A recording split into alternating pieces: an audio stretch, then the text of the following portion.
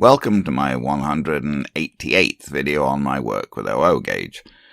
This part will be a short one, just dealing with my attempts to improve the lighting of my Hornby Dublo 3-rail tabletop railway.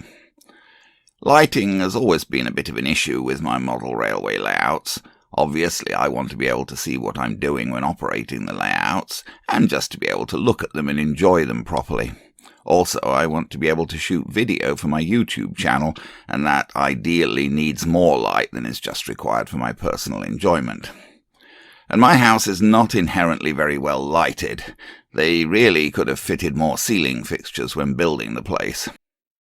I've addressed this issue variously with my other layouts. I bought a couple of floor-standing lamps with multiple bulb fixtures for use with my N-gauge layout and my first OO gauge layout made with Bachmann Easy Track. For the train room upstairs, which used to be the spare bedroom, I beefed up the existing ceiling fixture by fitting two 1500 lumen LED bulbs and also adding a spotlight. And I sometimes use a ring light with the camera in addition to those. The Dublo 3-rail tabletop was shoehorned in at the end of the living room up against the front window, and it basically relied for light on spillover from lights actually designed to illuminate other areas, and some light through the window blind if it was nice and bright outside. It didn't help that the living room wasn't provided with a ceiling fixture at all. So you've probably noticed that video of the Dublo tabletop can be pretty dim in parts, especially towards the back of the table, and especially if there's little or no light coming through the window. Here's a picture of the tabletop taken without flash. This was during the day, so there was some light coming through the window, and I had all of the lights normally used to provide spillover turned on. Still, the lighting is very uneven and quite dim, especially up against the backdrop and where things are in shadow, such as the trains in the station. I decided that I was going to do something about this, and I cogitated for a while on the best way to go about it.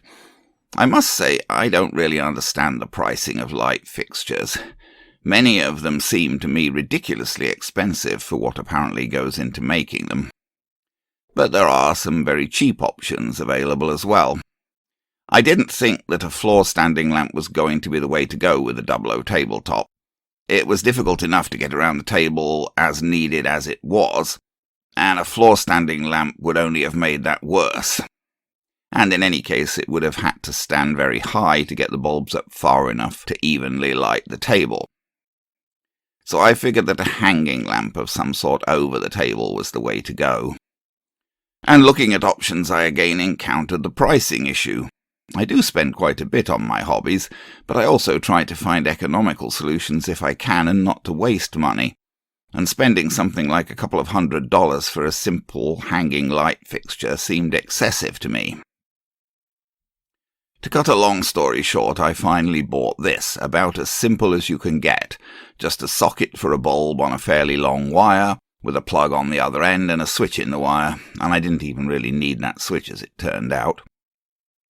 As you can see here, this was $13.99 Canadian on Amazon, so about $16 with tax. I have Prime, so the delivery was free. Into that socket, when it arrived, I fitted a LED bulb. These really help a lot with lighting, as they produce a lot of light whilst using relatively little power and producing little heat. They can also be obtained with different colour temperatures, so you can get the kind of light that you want, warmer or whiter. I fitted a 14-watt LED bulb that was rated as equivalent to a 100-watt incandescent. According to its packaging, it produced 1550 lumens at a color temperature of 5000 K, described as daylight white. This was a non-dimmable A19 type bulb. As you can see here, I threaded the wire through the curtain rail and its brackets that were installed over the window. Then I used a thread to a hook screwed into the ceiling to draw the light forward toward the center of the table. I could have just screwed a hook into the ceiling where I wanted the light, but it would have been harder to reach there above the table, and in any case I didn't want the light right up against the ceiling. I wanted it high enough to not bother me with the glare and not get into the camera lens, but otherwise as close to the table as practical. I used an extension cord to extend the wire of the light and plugged the extension cord into my main power bar for the tabletop, so that the light would come on automatically whenever I powered up the tabletop, and go off when I powered down the tabletop. This worked quite well. It certainly made things on the table a lot brighter. I've never been able to see things on the tabletop this well before.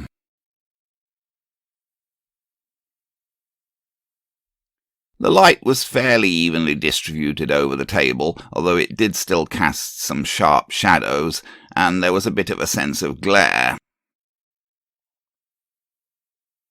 Here basically is the same picture with the light turned off, quite a difference. And with the light on again, I was a little concerned about the glare, both in respect of impact on items on the table and in terms of just the naked bulb itself being low enough to bother me a bit. So I thought about adding some sort of shade to the fixture. And again I hit the cost issue. I can't believe the prices charged for a few bits of wire and a scrap of cloth. Most serious lampshades seem to cost in the order of hundreds of dollars, and even cheap options seem to go for $70 or $80. Being somewhat miserly, in some ways at least, I decided to see what could be done with a paper lantern type shade. After all, the LED bulb wouldn't put out much heat, so there really shouldn't be a problem with using a paper shade. At least I didn't think so. I bought a pack of 6 of these 12-inch paper lanterns from Amazon for $21.46, including tax. I didn't really want 6, but the only options for a single one were almost the same price, and actually got worse customer ratings than these. Maybe I'll find a use for the others. Here's just one as they come, a globe of paper supported by a spiral of wire, with a wire frame to insert to keep the globe extended. Another reason this type of shade was good for my situation was that the wire to the bulb fixture is just hooked through that C-shaped clip at the top of the globe. There's no need to remove the bulb fixture from the end of the wire, as there would be for many types of hanging lampshade. Here's the paper globe with the supporting wire frame inserted into it. As I say, the idea then is just that you hook the lamp cable through the bracket on the center of the top wire, and that will be enough to keep the globe in place around the bulb. And here is the paper globe fitted over my LED bulb in the fixture. Here it is turned on. It will only be turned on when I'm working with a tabletop railway. I will monitor it to make sure that there isn't too much heat on the paper.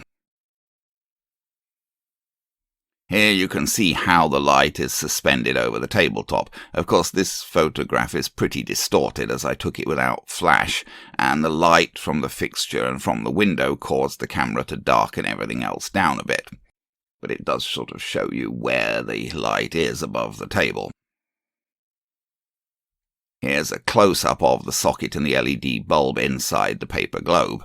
The bulb only uses 14 watts and it isn't very close to the paper, so I think it should be okay. But as I say, I'll monitor it, and I won't be leaving it turned on when I'm not there. And finally, here's the tabletop illuminated by the light in the paper globe. Well, there was also some light from the window as it was quite bright out.